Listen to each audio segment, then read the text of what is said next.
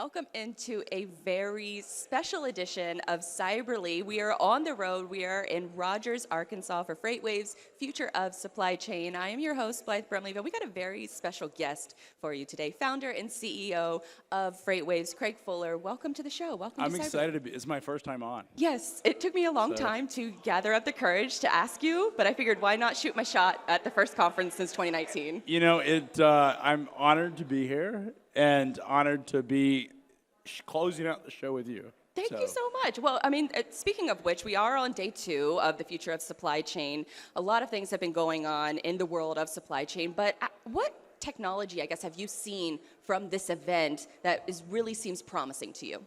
I think, you know, what's interesting is technology is so much about the people driving it.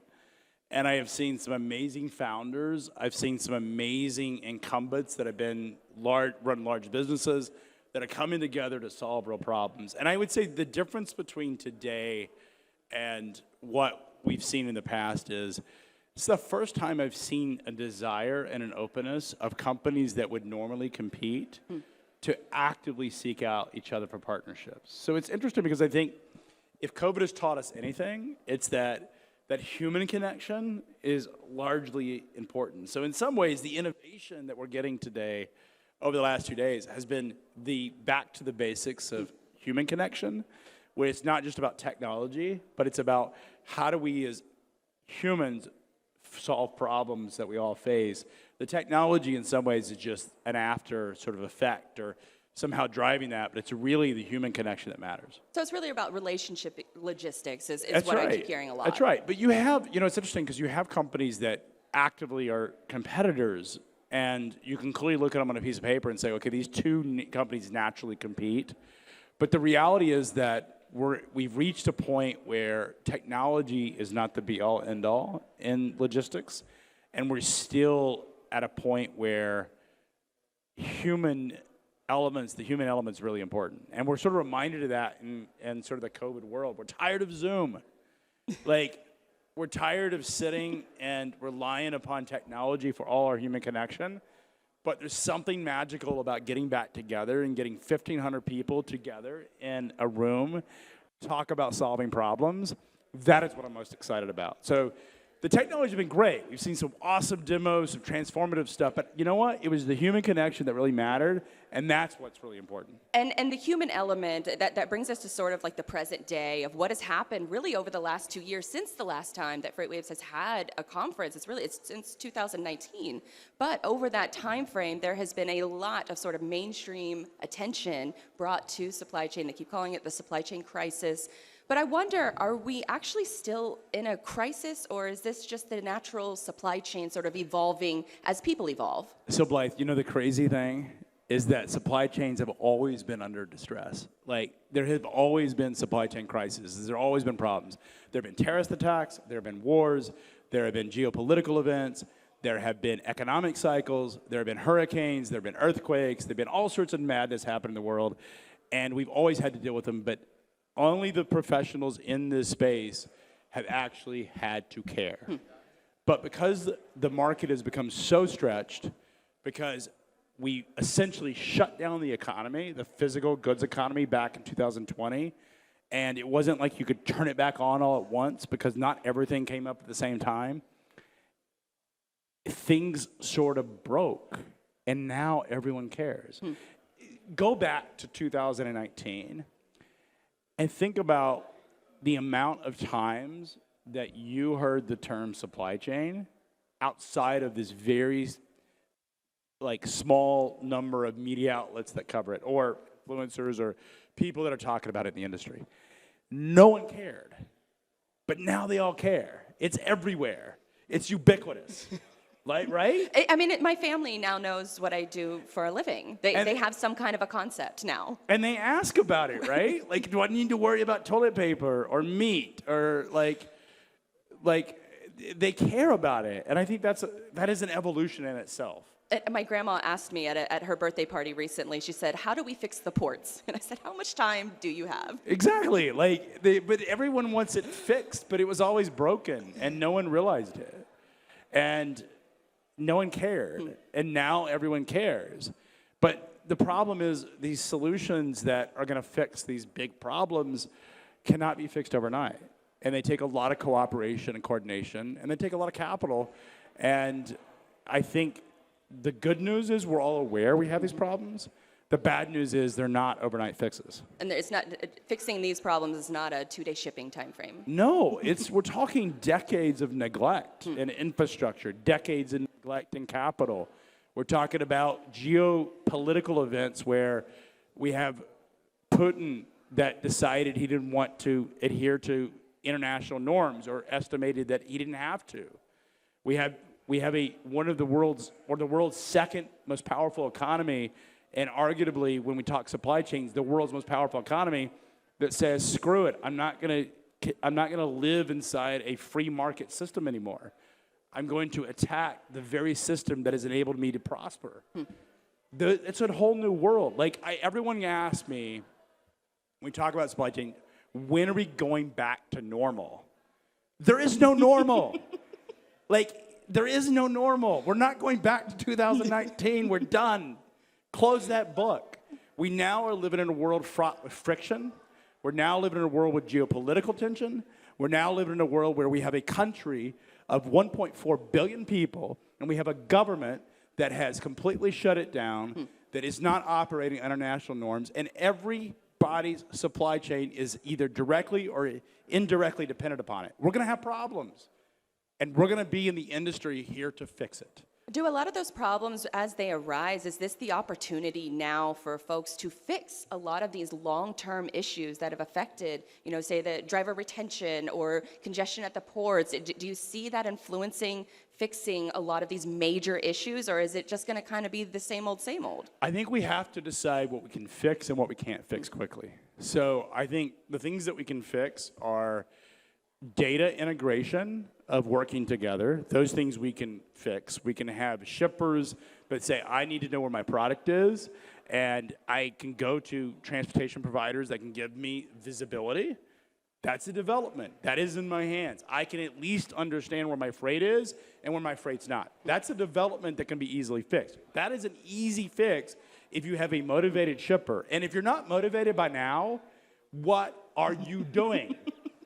It's going to take an act of God that hasn't already happened yet. It is an act of God.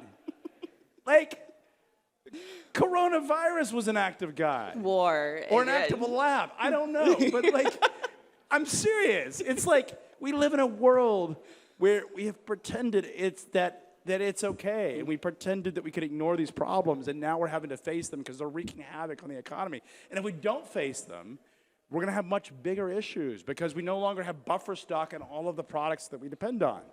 So the technology that we can solve is available. It's there. We talk about visibility systems. We can bring, if I'm a shipper and I'm worried about where my products are, I can actually work with vendors and suppliers that can provide me that information. And so you mentioned, sharing of information, the collection of data. Sonar is a brilliant platform in order to collect a lot of that data and put it into systems of where you can analyze it, folks like yourself, and you have done a fantastic job of taking that data from Sonar and sharing it out on Twitter, social media, to see what you're seeing. When you're in Sonar, are you looking for specific data points, or are you letting the data tell you the story? I think both. I mean, I think I'm going in and looking at sort of the key indicators of what's happening. So for me, it's volume, tender rejections that show me capacity, rates. And obviously, that is where I start was trying to answer questions about what's happening. And I have very specific things I'm looking for. And then that's just the start of the journey. The rest of it is understanding, well, what are the things that are sort of developing on the background? So I think the answer is that it is these tools and resources, whether it's data intelligence, visibility, are available for folks that want to actually utilize them and adopt them. And they give the ability for the user to control the things that they can.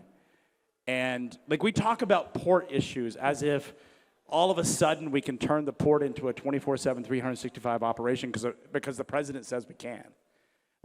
Okay, that's great that we've said that, but who's going to staff it? Who's going to open up the warehouses? Who's going to hire the truckers? Who's going to change the ordinances in Southern California to say that trucks can go in and out at night? Until that happens, you can talk about opening up a port 24/7. It's not going to matter. So we talk too much about things we can't fix. Can't fix the ports. You can't fix driver retention overnight. It's a tough, like, quality of life problem. But you can fix knowing where your freight's at, right? And communicating that information to Exactly. your customers and using that kind of data and insight, which I think, on Twitter has become such a pivotal platform to share that kind of insight, where it's a little bit less stuffy than like the LinkedIn crowd versus the Twitter Dude, crowd. LinkedIn is a joke. It's the worst platform in existence when it comes to social media. And it's gotten worse since Microsoft bought it. Like, why did you spend all that money to buy a platform, and make it worse, Microsoft? How would you fix LinkedIn? I don't know. It's not my problem. And I'm not Elon Musk. I'm not buying it. But here's the thing is, like, LinkedIn sucks. Like, if that's the best we could do, we're in trouble. Twitter's awesome. Yeah, Twitter has But LinkedIn is horrible.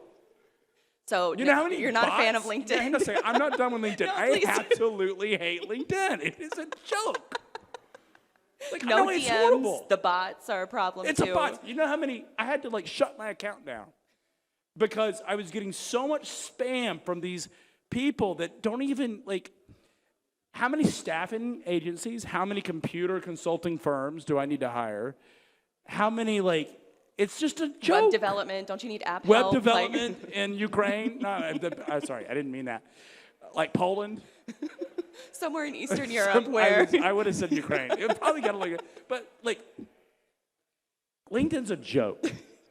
So that's I feel like that is where, but on Twitter is where your Twitter's messaging, great. that's where it really... Twitter's unfiltered. Yes. Twitter is awesome. Twitter gives you, it's 100 or 240 characters. You can have quick thoughts. And Twitter is about engagement of content, whereas LinkedIn is about who you work for and what companies you work for. And so a lot of it is a hierarchical, like, if you work at a big company and you talk, you get higher ranked in LinkedIn. That's just the way the algo works because you're connected to more people at your company. And Twitter, it is the ability for someone to create a thought that other people are engaged with. That's why Twitter's the more powerful platform. And then Facebook is horrible too. Yeah, nobody uses Facebook anymore except for grandparents. Facebook has gone, ever since they sold out to Cambridge Analytica and the Russians took over the platform. It's chaos. Like, Facebook's gone down a hill. I'm dead serious. I'm laughing. No, 'Cause it's really no, sad. it's absolutely true. You can't even log in. Because you know the problem? Because we write content that has, like, controversial topics, like ships that get stuck in canals. Apparently, they're afraid that, we may not be using that for legitimate reasons. And so anytime I log into Facebook, I have to do dual factor authentication. So I have to log in, and then I have to go into an app, and then I have to get a code on my the cell two-factor phone. authentication. It's ridiculous. So I don't It's get too into much. it. So No, Facebook's. But I never thought Facebook was a great business platform, anyways. No. Twitter is magical. Like, Twitter is the greatest platform that, what's great about Twitter is that you can connect with people that are among the most thoughtful and powerful business leaders and have nothing more than just an original thought to offer them. And you can connect with them. It is the most underrated platform in terms of engagement that everyone should be taking advantage of. And if you're a thought leader and you're not taking advantage of Twitter, if you're concerned about building a brand and you're not taking advantage of Twitter, you're missing out on the most powerful opportunity. Too many people in our space use LinkedIn. LinkedIn sucks. The reason LinkedIn sucks is because it matters what company you work for. But Twitter is awesome. Now, as we're kind of talking about, sort of social media in general, now when it comes to social media, a lot of people, it feels like doom and gloom. And I think that I was listening to an interview. Well, a lot of social media sort of promote, Facebook is a perfect example of promoting sort of posts that make you angry. Well, that's because anger, we're evolutionary predisposed to be scared of things that are going to kill us. Right. Right? Like, that's why we wake up at night when we hear some, like, really soft sound or something, like, the wood creaks because the house expands, right? You know what I'm talking about? No, Or but I like, kind you of ever know heard that, like, popping sound in the house at night? Yes, because I live in a historic home, so yeah, it always makes noise. That is nothing more than just air inside the wood or in between the wood that is causing that popping sound. So you hear that noise and you're asleep. That noise because you're like, okay, is there like a lion here to eat me type stuff? I'm serious. Well, no, It's that's also evolutionary psychology. that's also why you remember the negative when you create content online. They told you don't remember the bad comments, and you don't read the comments. But if you see them, that's why you remember them so much more. Because you're built. The whole thing about like social media, and particularly Facebook, is you're built to live on fear, which has made it an incredibly powerful platform for political abstinence. Well, speaking of which, because when you were talking about sort of, I guess, the American ecosystem of media right now feels very doom and gloom, but on a podcast episode, you were actually talking about how America is really set up supply chain-wise for the future. Now that I'm done on my rant of like LinkedIn, oh, that was a segue. Okay, but no, that's good. We'll move on. Like, I am the most bullish, or one of the most bullish people in America, and it's fundamentally because I think we've entered the world where it's no longer about free trade, it's about freedom trade. And freedom trade is about doing business with countries that operate inside the capitalist system that's developed on the thought that you're going to trade freely with other countries. And so we have this concept of free trade with China. It never existed. It was that we allowed them to sell their products to us, but we couldn't sell our products in their without the communist government's approval or their endorsement, whether officially or unofficially. That isn't free trade. So we're now entering a situation where we've realized that the Chinese don't have to conform to, that are not conforming to Western norms. And I think if you're running a supply chain, you have to ask yourself, why do you source in China? If the government is willing to shut down its most powerful city, this would be the equivalent of shutting down New York City. We're in this for 2 months now, of shutting the entire city off and barricading people in their homes and saying you cannot leave your homes. And you know what they did today is now they've eliminated grocery delivery. In Shanghai, they have said you are no longer allowed to get grocery delivered to your house because it's spreading COVID. That would be the equivalent. These people are going to starve. It's ridiculous, and the government has allowed it to happen. I don't understand why they've allowed I don't some think of many these people things do. to happen. I don't think many people do. And I saw recently that they started barricading streets. So now you can only drive up and down streets. You can't walk anymore. They've put You can't go inside blocks because they want to restrict. And there's a whole different conversation about why the Chinese government's doing it, but it's for nefarious purposes. We don't know why. Like, there's a lot of theory about it. But it is certainly not on the up and up, and it's not COVID. You're going to tell me they went through for 2 years and didn't have a single fatality, according to Chinese state media, but all of a sudden have had this spread because of Omicron? That's ridiculous. But it ultimately, all the bad decisions that they're making means good things for the U.S. and the future of the U.S. Let's just be careful to say good things. What it means is that if you think about, as an American, all the benefits that we are afforded because of our geography, because of the fact that we have bodies of water that effectively create an island from any force that could come over to kill us or create war battle. Like, our two neighbors are Canada, which is pretty docile. Like, have you seen Canadian Bacon? It's a great movie, by the way, right? No, I mean, I know. You haven't seen it? No, I haven't. But Okay, it's like Canada and the United States go to war. It's a classic movie. You should watch it. It's all Canadian actors, by the way. But like, that is our neighbor in Canada. And in Mexico, like, there is no threat. And so we benefit from having the stability of waters that surround us. And then when it comes to geography, you think about the things you need to live. You need energy and you need food.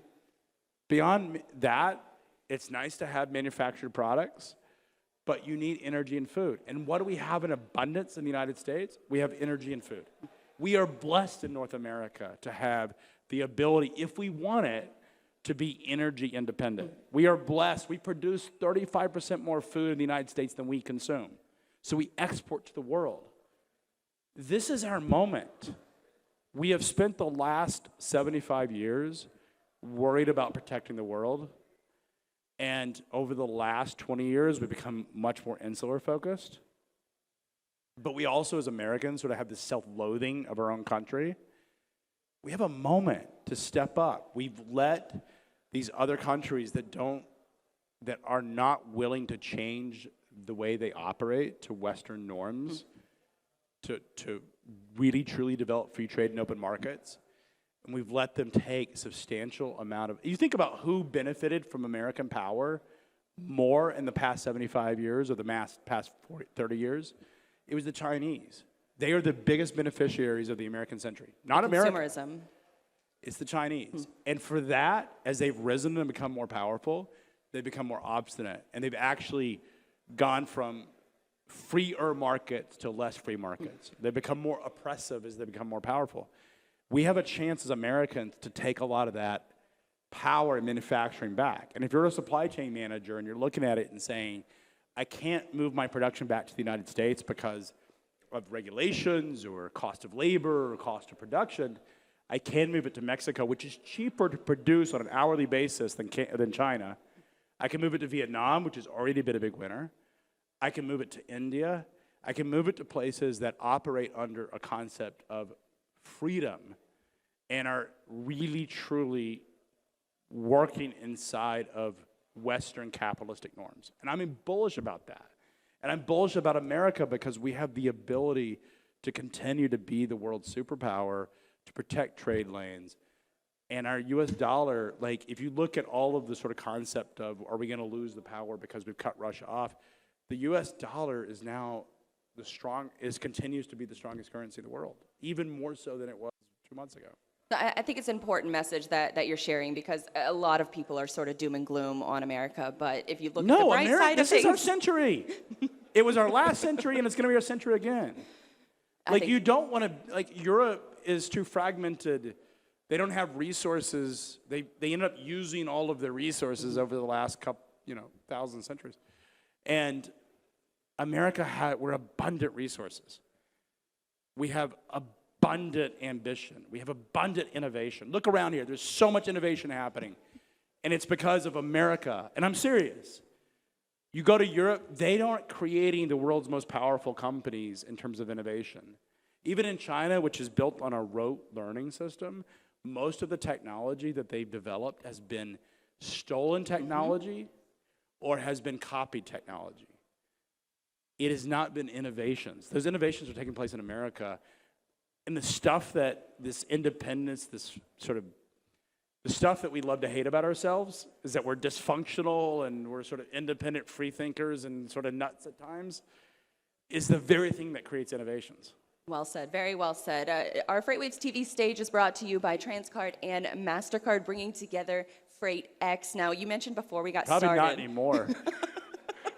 Eyeballs. It all matters about eyeballs. Now, you had mentioned before, before we got started that you wanted to interview me, so I guess I'd ask a question if you want. Yeah, I went on my pro-America rant. I need to plant a flag. No, I thought it was great because you don't hear those kind of conversations a lot, and I think you need to hear more of them because anybody who's traveled outside of the U.S., you know how great you have it. Simple things like toilet paper and plumbing and air conditioning are readily available. And yes. McDonald's. And I tell you, I'm serious. Think of the greatest in terms of human hunger. I know it sounds crazy. Think of the McDonald's as an innovation. The amount of calories you get for $2 or $5. It's great. It's as far American as diet, packaged food. yeah. There's a lot of people, a lot of countries that are lining up out the door when they get a McDonald's in their country. Processed food is a great. I'm serious. You think I'm saying It extends the shelf life of food, helps food travel farther. Those McDonald's nuggets can live on in infamy. Have you ever seen the photo of the fries 60 years later? Yeah, I have. In the hamburger that's from 1962. And it kind of looks like it was made yesterday. Yeah, which is really concerning. but it's so good. So what can you do?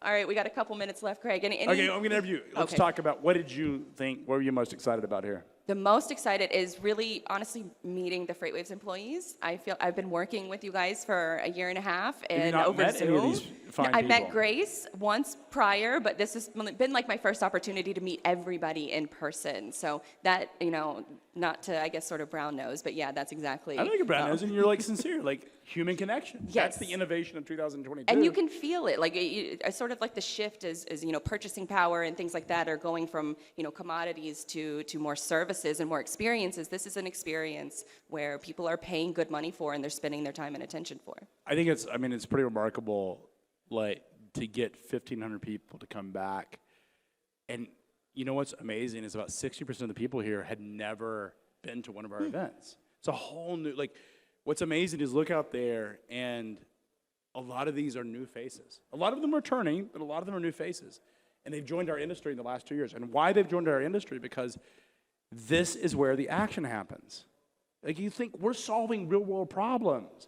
We are the industry that's going to have to bring manufacturing back to other parts of the world. Because if we don't, products won't move, supply chains will die, we'll all run out of food, we'll all run out of energy. Our industry is solving those real world problems. And that's a lot more innovative than giving away free stock trades. Like, we're solving real world problems. It's pretty powerful. And all of these people have just joined the industry, and they're new to it. And a platform like Freightwaves brings that kind of news to them on the regular basis. Craig, thank you for your time. Where can folks follow more of your work if they already aren't following you? At Freight Alley on Twitter. On Twitter, if you not send me LinkedIn. a message on LinkedIn, I don't get it because I don't check it. You're going to get blocked. I think Twitter is the way to go. So. Thank you for your time, Craig.